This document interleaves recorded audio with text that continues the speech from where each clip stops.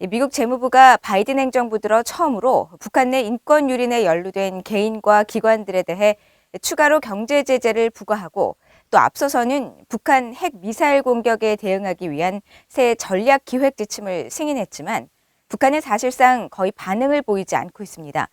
전문가들은 향후 강경한 대응을 준비하는 일종의 숨고르기 측면이 있다면서 선전 또 선동 효과를 극대화하기 위한 의도된 행동으로 분석했습니다. 조상진 기자의 보도입니다. 미국 바이든 행정부가 심각한 북한의 인권 침해 책임자와 기관들을 대북 제재 대상에 최근 추가하면서 북한이 그동안 민감하게 반응해온 북한의 인권 문제를 부각시켰습니다. 앞서 이달 초에는 로이드 오스틴 국방장관이 서울에서 서욱 한국 국방부 장관과 미한 안보협의회를 갖고 진전된 북한의 핵과 미사일 공격에 대응하기 위한 새 전략기획 지침을 승인했습니다. 과거 북한 당국이 거칠게 반발했던 사안들이지만 북한 대외 매체가 작전계획 최신화 합의에 대해 위선적이라며 한국과 미국을 비난한 것을 제외하면 김정은 국무위원장과 북한 당국은 대미, 대남 메시지를 내놓지 않으면서 사실상 거의 반응을 보이지 않고 있습니다.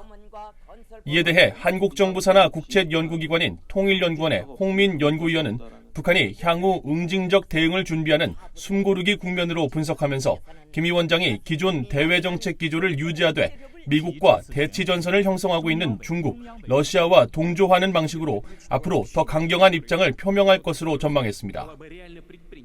기본적인 전략 기조 자체가 바뀌거나 대화를 단절하면서 이제 강화된 쪽으로 간다라기보다는 비난의 공세도 좀 세지고 기존에 무기와 관련된 언급했던 것도 좀 더 구체적인 형식으로 그 실행 계획을 얘기한다든가 이런 방식으로 기조 자체는 유지하되 발언의 강도는 좀 더 세게 하는 것이죠. 박원곤 이화여대 북한학과 교수는 북한의 반발 자제는 선전선동 효과를 극대화하기 위한 의도된 행동이라면서 당 전원회의에 나올 김 위원장의 대외 메시지에 대한 외부 사회의 관심을 한껏 높이려는 의도로 관측했습니다. 그러면서 북한이 종전선언 추진 과정에서 미국의 반응을 보면서 자신들이 얻어낼 게 없다고 판단하고 지난 2019년 12월 당 전원회의에서 내걸었던 대미 정면 돌파의 강도를 한층 높이는 메시지가 나올 수 있다고 전망했습니다. 정확하게 얘기를 안 할 가능성이 있죠. 일종의 중대 결심, 북한이 새로운 길 그런 표현들을 쓰지 않습니까?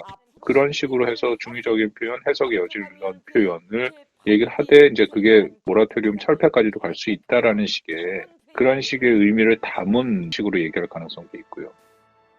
반면 통일연구원의 조한범 선임연구위원은 신종 코로나 바이러스 감염증 사태 장기화가 겹치면서 경제 위기가 날로 심각해지고 있는 북한 정권이 바이든 행정부를 상대로 초강경 대외 전략으로 선회하기는 쉽지 않을 것으로 내다봤습니다.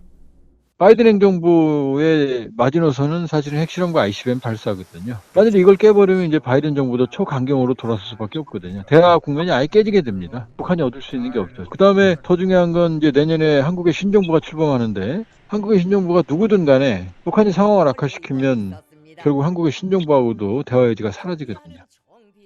김영석 전 한국통일부 차관도 조건부 협상이라는 북한의 대미 전략 기조에 큰 변화는 없을 것이라며 이번 전원회의에서 대외 메시지보다는 경제 문제와 사상투쟁 등 내부 결속 메시지에 보다 큰 비중이 실릴 것으로 내다봤습니다.